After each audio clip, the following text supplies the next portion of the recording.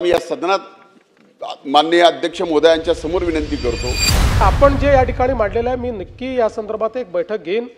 आपले काही अजून मुद्दे त्यात असतील एमओडीतनं बाहेर काढण्याच्या संदर्भात, तर ते मी ऐकून घेईल। राज्य सरकारचा प्रेस्टीज इश्यूही नाही, विनाकारण नाकारण्याचं कारणही नाही। परळी औष्णिक विद्युत केंद्र हे एमओडी मधून काढावं लागेल, याचा अर्थ महाराष्ट्रात कुठलंच थर्मल पॉवर स्टेशन एमओडी मधून काढलं नाही का?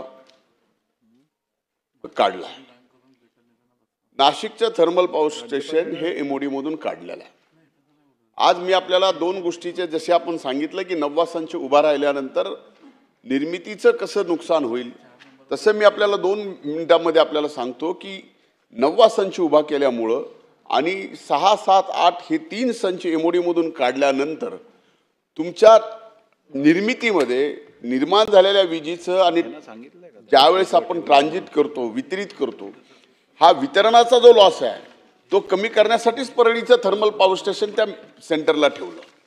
महत्त्वाचा मुद्दा असा आहे की कोळसा, आता मी आपल्याला सांगितलं की एमएलसी कडनं आणि केएलसी कडनं आपण जर कोळसा घेतला तर तो स्वस्तात पडेल। आणि आज आपण, माझी विनंती आपल्याला, मी या सदनात माननीय अध्यक्ष महोदयांच्या समोर विनंती करतो की आपण एकदा या सर्वच कोळशाच्या रूट चेक करा, म्हणजे आपल्याला लक्षात येईल की कोळशाच्या दरापेक्षा ट्रान्सपोर्टेशन कॉस्ट जसं आपण म्हणतात तसं जास्त आलेली का, तर रूटच तसे आहेत त्या रेल्वेची, त्यामुळे स्वाभाविक कोळसा महागच येणार। इथं फायदा एवढाच आहे की तुम्हाला नवीन जमीन खरेदी करायची नाही, इथं फायदा एवढाच आहे की इथं पाण्याची व्यवस्था आहे, इथं फायदा एवढा आहे की पहिले 3 संच चालू आहेत। आणि सर्वात महत्त्वाचा फायदा काय आहे की Parli thermal power station MoD मधून जर काढलं तर पॉवर ग्रीडवर येणारा लोड अनलोड होताना जे काही शटडाऊन होतं त्याचं रोज 200 ते 300 कोटी रुपयाचं नुकसान या ठिकाणी आपलं होतं, हे मी जबाबदारीपूर्वक सांगतो।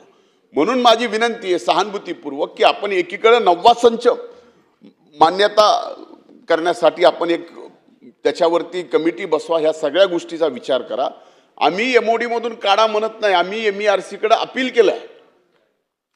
परळी वैद्यनाथाच्या नगरीतील काही जबाबदार नागरिकांनी अपील केलंय, ते अपील केल्यावर त्यातून एवढंच आम्हाला पाहिजे की एमओडी मधून आपण काढा आणि त्याला से आपल्याकडे की ह्या 4 गोष्टी केल्यानंतर ते एमओडी मधून निघू शकतं।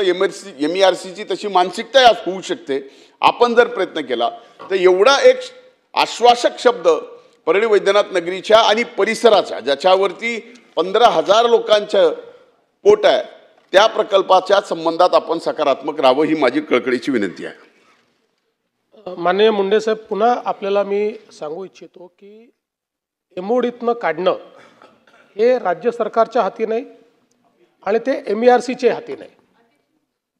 जसं आपण सांगितलं की नाशिक एमओडीतनं बाहेर काढलं, नाशिक एमओडीतनं बाहेर काढलेलं नाही, उलट अनेक वेळा तर आपले जे कोळशाच्या जवळचे आहेत, म्हणजे कोराडी असेल किंवा चंद्रपूर असेल, अशी आपल्यावर स्थिती येते की कधी कधी आपले जे PPA आहेत त्याची वीज त्याच्यापेक्षा स्वस्त होते आणि काही काळ 10% आपल्याला ती पण बंद करावी लागतात।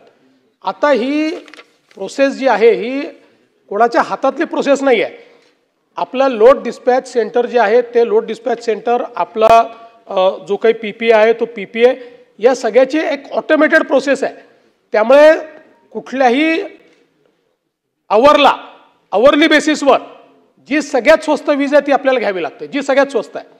आणि हा प्रॉब्लेम आहे की याची वीज ती स्वस्त होऊ शकत नाही, कारण आपण किती रॅशनलाइज केलं तरी परळी आपलं अशा ठिकाणी आहे की ज्या ठिकाणी कोळसा दुरूनच आणावा लागतो, याच्या आसपास कुठे कोळसा नाही, त्यामुळे तो दुरूनच आणावा लागतो आणि म्हणून इथला हा प्रॉब्लेम आहे।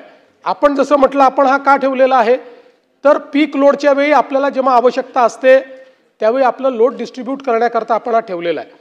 त्यावेळेस आपण चालवतो, कारण त्यावेळेस तो एमओडीत बसतो, बाकी वेळी तो एमओडीत बसत नाही। आता एक्झिस्टिंग 3 आपले संच हे एमओडीत बसत नसताना 4था संच जर आपण त्या ठिकाणी केला तर तो 4था संच कसा बसेल हा प्रश्न आहे। तथापि आपण जे या ठिकाणी मांडलेलं आहे, मी नक्की या संदर्भात एक बैठक घेईन।